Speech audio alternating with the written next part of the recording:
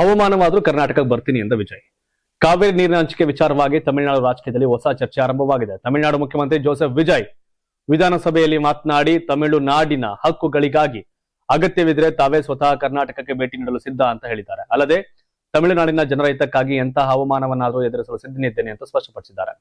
ತಮಿಳುನಾಡು ವಿಧಾನಸಭೆಯಲ್ಲಿ ಮಾತನಾಡಿದಂತ ವಿಜಯ್ ಕಾವೇರಿ ವಿಚಾರವಾಗಿ ಕರ್ನಾಟಕದೊಂದಿಗೆ ನೇರ ಮಾತುಕತೆ ನಡೆಸುವ ತಮ್ಮ ನಿರ್ಧಾರವನ್ನ ಸಮರ್ಥಿಸಿಕೊಂಡ್ರು. ಶತ್ರು ರಾಷ್ಟ್ರಗಳೇ ಪರಸ್ಪರ ಮಾತುಕತೆ ನಡೆಸುವಾಗ ನೆರೆ ರಾಜ್ಯದೊಂದಿಗೆ ಮಾತನಾಡೋದ್ರಲ್ಲಿ ತಪ್ಪೇನಿದೆ ಅಂತ ಪ್ರಶ್ನಿಸಿದ ಅವರು, ಕೆಲವರು ಕರ್ನಾಟಕಕ್ಕೆ ಹೋದ್ರೆ ಅವಮಾನವಾಗಬಹುದು ಎಂದು ಎಚ್ಚರಿಸಿದ್ರು. ಜನರ ಹಿತಕ್ಕಾಗಿ ಎಲ್ಲವನ್ನು ಸಹಿಸಿಕೊಳ್ಳಲು ಸಿದ್ಧ ಅಂತ ಹೇಳಿದ್ರು. ಇದೇ ವೇಳೆ ಕಾವೇರಿ ನೀರು ತಮಿಳುನಾಡಿನ ಜನರಿಗೆ ಅತ್ಯಂತ ಭಾವನಾತ್ಮಕ ವಿಷಯ ಅಂತ ಹೇಳಿದ ವಿಜಯ್, ಈ ವಿಚಾರದಲ್ಲಿ ರಾಜಕೀಯ ಮಾಡುವ ಉದ್ದೇಶ ಸರ್ಕಾರಕ್ಕಿಲ್ಲ ಅಂತ ಸ್ಪಷ್ಟಪಡಿಸಿದ್ರು. ಸಮಸ್ಯೆ ಬಗೆಹರಿಸಲು ಕರ್ನಾಟಕದ ಮುಖ್ಯಮಂತ್ರಿಯನ್ನ ಖುದ್ದಾಗಿ ಭೇಟಿಯಾಗಿ ಚರ್ಚಿಸಲು ಯೋಚಿಸಿದ್ದೆ, ಆದರೆ ಕೆಲವು ಕಾರಣಗಳಿಂದ ಆ ಭೇಟಿ ಸಾಧ್ಯವಾಗಲಿಲ್ಲ ಅಂತ ಅವರು ರಾಜ್ಯದ ಹಿತಾಸಕ್ತಿ ಕಾಪಾಡೋಕೆ ಪ್ರಜಾಪ್ರಭುತ್ವದ ಎಲ್ಲಾ ಮಾರ್ಗಗಳನ್ನ ಬಳಸೋದಾಗಿ ಪುನರುಚ್ಚರಿಸಿದ್ರು. ಇದರ ನಡುವೆ ತಮಿಳುನಾಡು ವಿಧಾನಸಭೆಯಲ್ಲಿ ಕಾವೇರಿ ಮತ್ತು ಮೇಕೆದಾಟು ಅಣೆಕಟ್ಟು ವಿಚಾರವಾಗಿ ಆಡಳಿತ ಹಾಗೂ ವಿರೋಧ ಪಕ್ಷದ ನಡುವೆ ತೀವ್ರ ವಾಗ್ವಾದವು ನಡೆಯಿತು.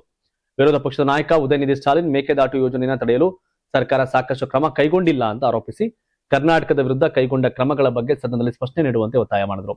ಇದಕ್ಕೆ ತಿರುಗೇಟು ನೀಡಿದಂತ ಮುಖ್ಯಮಂತ್ರಿ ವಿಜಯ್, ಮೇಕೆದಾಟು ಯೋಜನೆಗೆ ವಿರೋಧವಾಗಿ ವಿಧಾನಸಭೆಯಲ್ಲಿ ನಿರ್ಣಯ ಅಂಗೀಕರಿಸಿದ್ದೇವೆ. ಪ್ರಧಾನಮಂತ್ರಿ ನರೇಂದ್ರ ಮೋದಿ ಅವರಿಗೆ ಪತ್ರ ಬರೆದು ಯೋಜನೆಗೆ ವಿರೋಧ ವ್ಯಕ್ತಪಡಿಸಿದ್ದೇವೆ. ತಮಿಳುನಾಡಿನ ರೈತರ ಹಿತಾಸಕ್ತಿಯನ್ನ ಕಾಪಾಡಲು ಏನ್ ಬೇಕಾದ್ರೂ ಮಾಡ್ತೇವೆ ಅಂತ ಹೇಳಿದ್ರು.